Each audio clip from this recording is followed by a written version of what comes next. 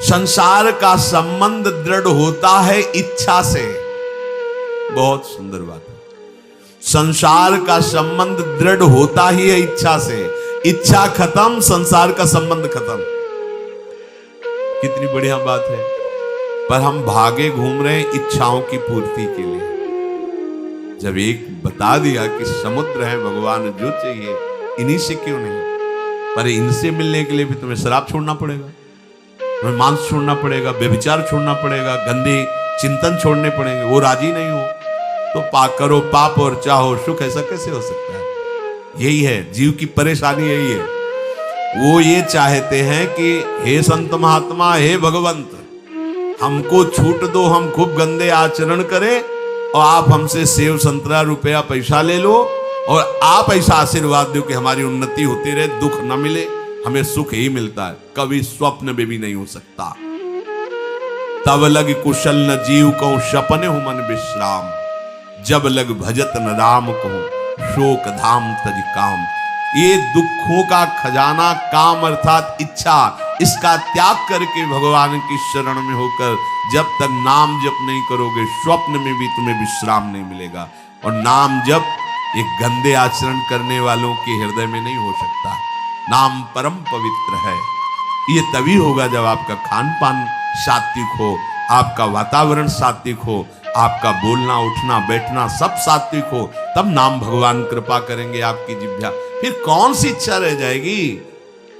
कौन सी इच्छा रह जाएगी? अरे आप विश्वास कीजिए, ये जितनी इच्छाएं हैं सब स्वाप्निक हैं। जब आप सच्चा विवेक धारण करेंगे तो आपसे पूछा भी जाएगा कि जबरदस्ती केवट से कह रहे ले लो, वो कह रहे आप कछुनाथ ने चाहिए, बोले नहीं चाहिए।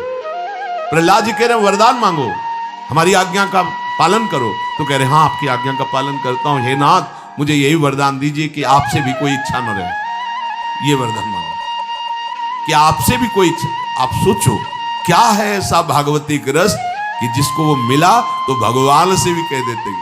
और भक्त तो बड़े विचित्र विचित्र है, वो भगवान से कहते तुम्हारी इच्छा क्या है प्यारे, बोलो हम पूर्ण करते हैं। तुम्हारी इच्छा क्या है? हमारी तो कोई इच्छा ही नहीं। आप बोलो आपकी इच्छा क्या है? आप क्या चाहते हो? मैं कैसे आपको रिझाऊं? जब कामना को लेकर के मनोवृत्ति का प्रवाह संसार की तरफ होता है, तब ये कामना ही हमें राग द्वेष में बांध देती है। जो महापुरुषों ने उपासना करके शास्त्र स्वाध्याय करके अनुभव किया है, उसे ध्यान से सुनो। इच्छाओं से बचने का उपाय, इच्छा ही आपके बंधन का कारण है, इच्छा ही जन्म मरण का कारण है।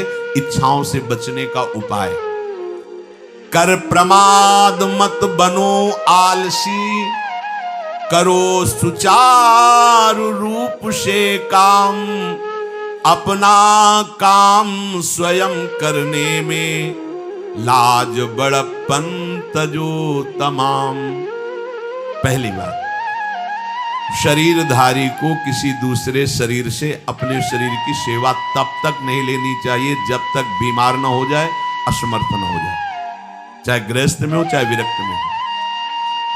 ध्यान दीजिए, आप चाहे आपकी पत्नी हो, पुत्र हो, परिवार हो, आप उनके सेवक हैं, क्योंकि वो सब प्रभु के जन हैं। इस भावना से रहोगे, कभी नाराज नहीं होगे, कभी गुस्सा नहीं आएगा, कभी झगड़ा नहीं होगा। अगर आप अपने को ये माने कि प्रभु मेरे इस रूप में आए हुए हैं, मुझे अपने कर्तव्य का पालन करना है, तो कहीं झगड़ा नहीं हो सकता। तुम जो कर रहे हो तुम्हारा कर्तव्य, हमारा कर्तव्य है कि हम पति पुत्र परिवार आदि जो भी है, ये हमारे भगवान का स्वरूप है। मैं आप समझो वही भगवत साक्षात्कार, पर ऐसा कौन मानता है? अच्छा, साधु वेश में ये जरूर सावधानी रखनी चाहिए। ध्यान देकर सुनिए, जब तक आपका शरीर स्वस्थ है, आप किसी से किसी भी प्रकार की सेवा स्वीकार न करें। भिक्षान्न के सिवा कोई भी सेवा स्वीकार न करें। अपने शरीर की सेवा तब तक करें जब तक आपका शरीर असमर्थ नहीं हो जाता। असमर्थ हो गए तो फिर हरि ही करें आकर स्वयं, या किसी को भेज दें, उनके बस की बात है। देखो माधवदास बाबा की लंगोटी स्वयं श्री ठाकुर जी महाराज धो रहे हैं। तब तक हमने अपने बड़े संतों को देखा है,